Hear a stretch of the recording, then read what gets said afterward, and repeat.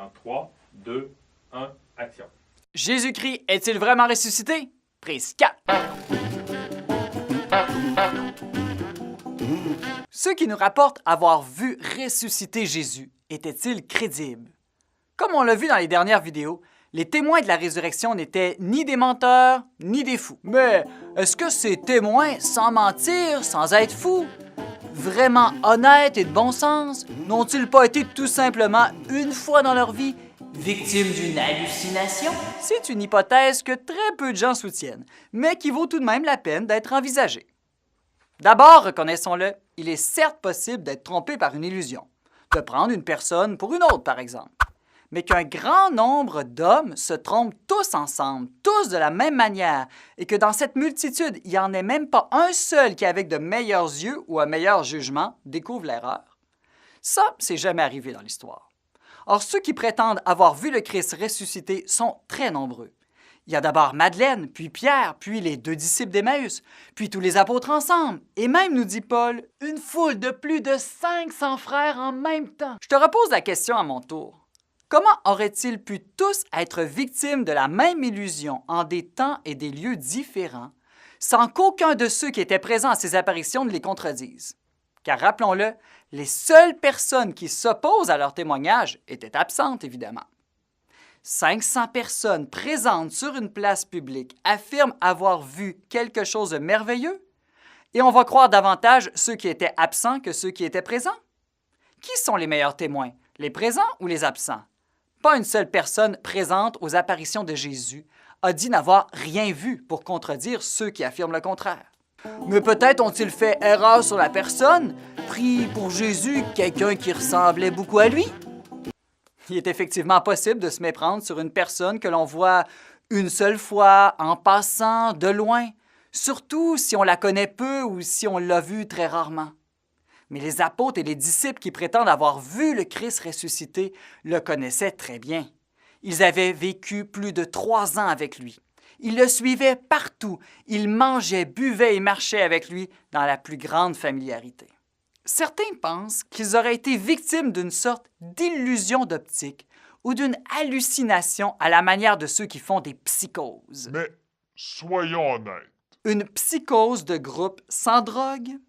Une hallucination collective répétée en différents temps et lieux?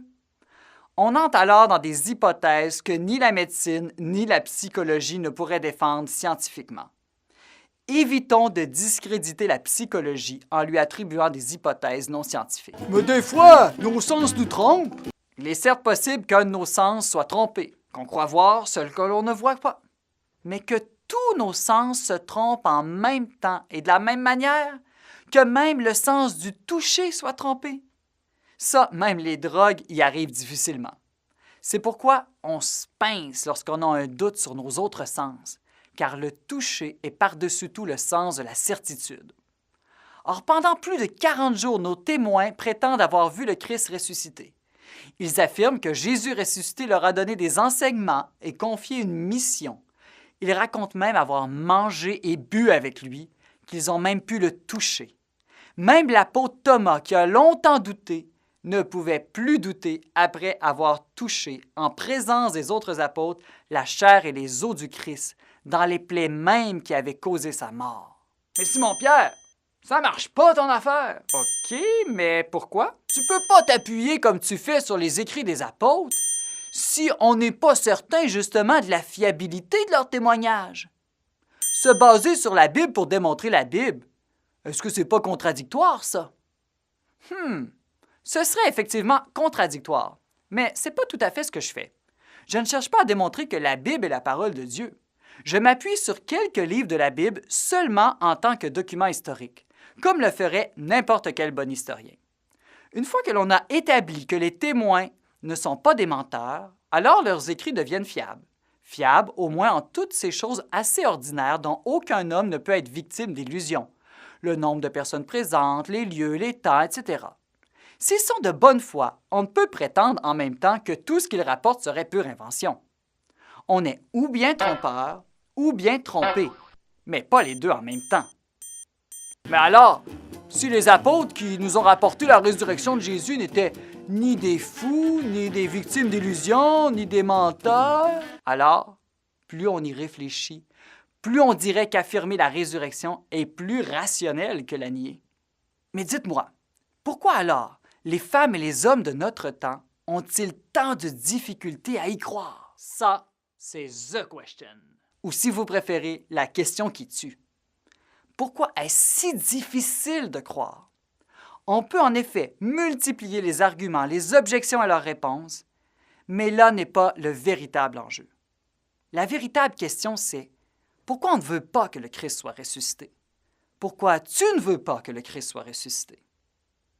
Le pape Pie XII a dit un jour « Les hommes et les femmes se persuadent facilement de la fausseté, ou du moins de l'incertitude des choses dont ils ne voudraient pas qu'elles soient vraies. » Mon incroyance ou ton incroyance ne s'appuie-t-elle pas plutôt elle-même sur une autre croyance?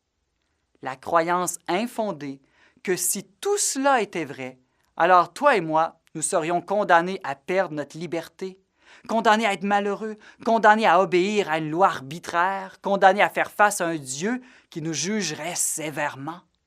C'est pourtant tout le contraire que le Christ ressuscité nous annonce. Dieu est un Père qui nous pardonne et qui nous aime infiniment. La résurrection n'est pas qu'un fait historique démontrable par la science historique. La résurrection, c'est surtout une bonne nouvelle, dont la vérité nous rend enfin libres et heureux. Alors, la prochaine fois que tu entendras quelqu'un te dire qu'il n'y a jamais personne qui est revenu des morts pour nous dire comment c'était de l'autre côté, tu pourras lui répondre que oui, et qu'il nous a dit que de l'autre côté, justement, il y a un Père qui nous aime infiniment.